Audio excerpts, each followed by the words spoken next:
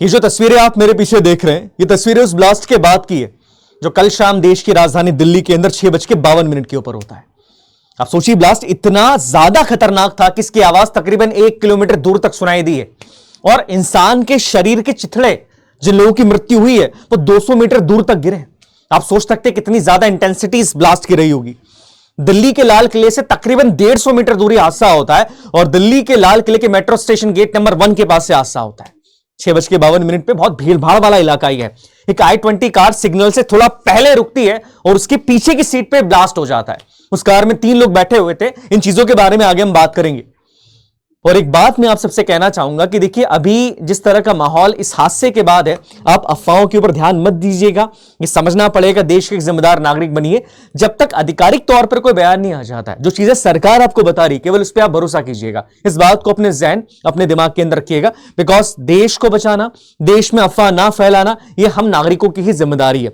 एक बात यहां पर और है कि देखिए, जिनके परिजन इस हादसे के अंदर घायल हुए हैं या उनको अपने परिजनों की चिंता हो रही है, कोई मिल नहीं रहा है, कोई इश्यूज आ रहे हैं, ये नंबर सरकार ने दिए हैं। आप इन नंबर्स पे कॉल करके जानकारी ले सकते हैं। Delhi police control room, Delhi police emergency, आपके पास कोई जानकारी है तो आप दिल्ली पुलिस कंट्रोल रूम के अंदर कॉल करके अपनी जानकारी दे सकते हैं। याद रखिएगा, आपकी जानकारी से ही चीजें और ज्यादा तरीके से समझ में आना शुरू हो जाएगी। अब देखिए, हादसे के बारे में बात की जाए तो कई सारी इसकी परतें दर परतें खुलती जा रही है, कई सारी बातें सामने आ रही है। बट मैं फिर वही कहूंगा कि जो आधिकारिक बयान है उस पर आप ध्यान दीजिएगा, वो ज्यादा इंपॉर्टेंट होता है। कल शाम तकरीबन शाम को 6:52 के ऊपर यह हादसा होता है। एक सफेद कलर की I-20 कार जो HR-26 मतलब हरियाणा का नंबर ये था, ये एग्जैक्टली इस जगह पर आके रुकती है। देखिए पिक्चर के अंदर ये जगह दिख रही है आपको, ये सिग्नल है। तकरीबन 150 मीटर दूर आप देखेंगे तो यहां से लाल किला है और यहां पर आके रुकती है। इस कार के अंदर तकरीबन 3 लोग बैठे हुए थे और कार के अंदर पिछली वाली सीट के ऊपर ब्लास्ट होता है। ब्लास्ट बहुत भयानक है, बहुत ज्यादा भयानक ब्लास्ट है। मतलब ये लग नहीं रहा है कि कार के अंदर कोई CNG थी ऐसा तो उससे ब्लास्ट हो गया। ब्लास्ट बहुत ज्यादा भयानक है। इतना भयानक था कि इस कार ने 6 दूसरी कारों को चपेट के अंदर लिया। 2 ई रिक्शा पूरे खत्म हो चुके हैं और एक ऑटो को पूरी तरीके से तबाह कर दिया। चारों तरफ धुआं था। आसपास के लोग ये कह रहे हैं कि इतनी तेज आवाज सुनी नहीं उन्होंने कभी। लोग 1 किलोमीटर दूर से भाग के आ रहे कि ये क्या हो जाता है। और ये हादसा बड़ा भयानक था। आप सोचिएगा, लोगों के कहा जा रहा है, जो प्रत्यक्षदर्शी वो कह रहे हैं कि शरीर के चिथड़े हमको देखने को मिले। कितनी भयानक बात है। और ये हमारे देश के अंदर चीज हुई है कल शाम को 6:52 के ऊपर।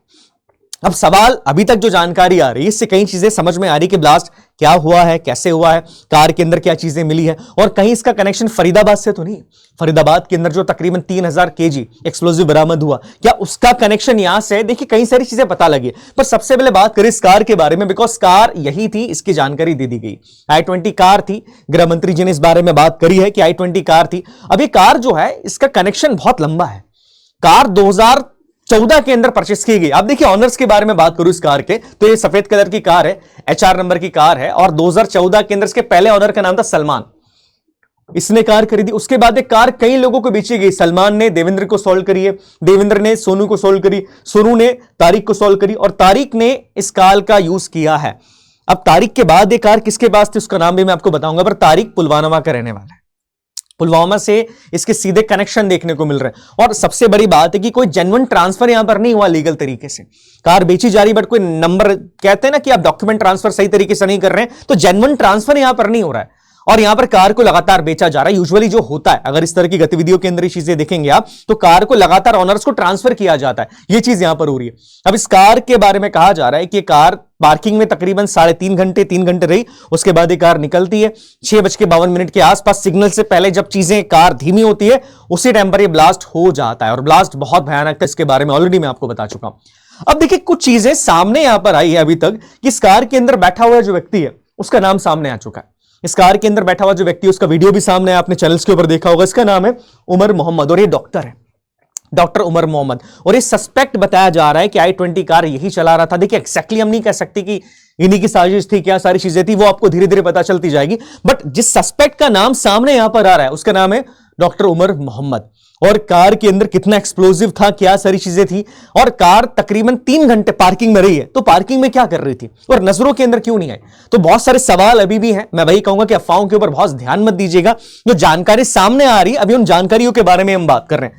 अब देखिए, यहां पर एक वीडियो का जिक्र बार बार किया जा रहा है, जैश ए मोहम्मद का सरगना हाफिज सईद।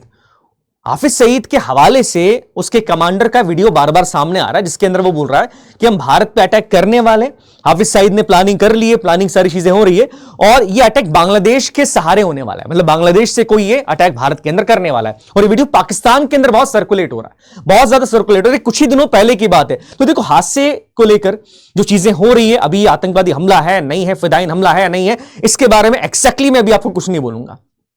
जवाब सरकार ही देगी, कनियां जोड़ी जा रही है, चीजें जोड़ी जा रही है। और हाफिज सईद के बारे में यह चीज आ रही कि वीडियो बहुत ज्यादा आ रहा था लश्कर तैयबा का, ये फाउंडर आप इसे कह सकते हैं, टॉप लेवल कमांडर्स का इसका एक वीडियो आता है जो काफी वायरल हो रहा है, जो कह रहा है कि बांग्लादेश के सहारे से, बांग्लादेश से हम लोग भेजेंगे या बांग्लादेश के सहारे से वहां से अटैक होगा भारत के ऊपर।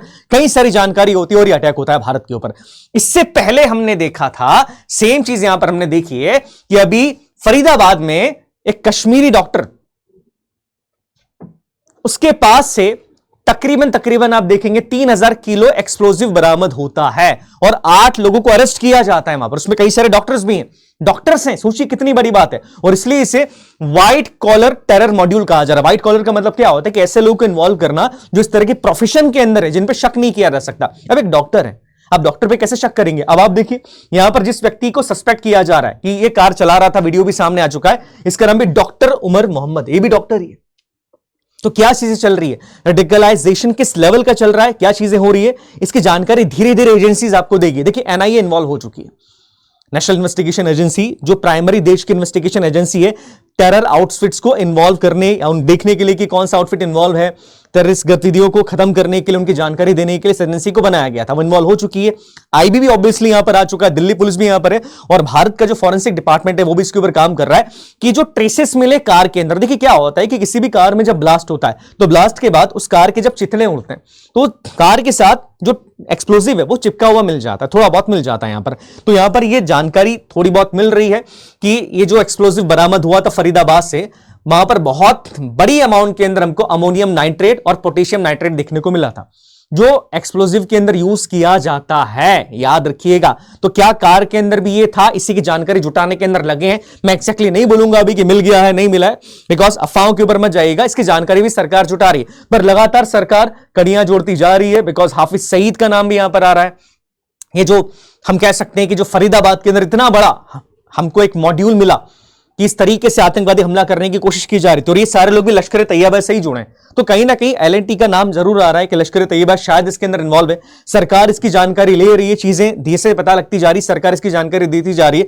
पर याद रखिएगा कि इतना बड़ा एक हमला देश के अंदर हुआ है, ये हमला नहीं है, हादसा है, इसकी जानकारी आगे सरकारी आधिकारिक तौर पर आपको देगी कि फिदाइन हमला था, हादसा था, क्या सारी चीजें थी। लगातार कड़ियां जोड़ी जा रही है। तो मैं आपसे फिर वही कहूंगा, किसी भी तरह की अफवाह पे आप ध्यान मत दीजिएगा। अफवाहों पे ध्यान देना का मतलब ये होता है कहीं ना कहीं हम अपने देश के अंदर ही कुछ गलत चीजें कर रहे हैं, तो अफवाह पे ध्यान मत दीजिएगा, अफवाह को आगे भी मत बढ़ाइएगा। जो भी आधिकारिक चीजें होगी वो सरकार आगे बताएगी। पर जितने भी लोग इस हादसे के अंदर जिन्होंने मृत्यु को प्राप्त किया है, वो लोग जो घायल हुए हैं, भगवान उनको जल्दी ठीक कर दे। जिनकी मृत्यु हो चुकी है उनके परिवार को इस दुख को झेलने की क्षमता प्रभु उनको दे। और हम ये कर सकते हैं कि देश में आगे ऐसे हादसे ना हो। सरकार इसको लेकर ऑब्वियसली भले ठोस कदम यहां पर उठाएगी, चीजें क्या है क्या नहीं है वो धीरे धीरे आगे हमको पता लगेगी। पर एक जिम्मेदार नागरिक होने के नाते अगर कोई भी जानकारी आपके पास है, किसी भी तरह की जानकारी आपके पास है, आपको लगता है कि छोटी सी चीज, आप उस एरिया के आसपास थे जो भी थे, अगर लगता है कि छोटी सी चीज भी सरकार के काम आ सकती है, तो इंफॉर्मेशन को शेयर कीजिएगा। ये जानकारी हमारे देश को बचा सकती है, काम आ सकती है। चलिए, आप सभी अपना ध्यान रखिएगा, स्वस्थ रहिएगा, क्योंकि सरकार ने इस हादसे के बाद कई सारे राज्यों जैसे बिहार, मुंबई, दिल्ली, इनको हाई अलर्ट के ऊपर रहने के लिए कहा है।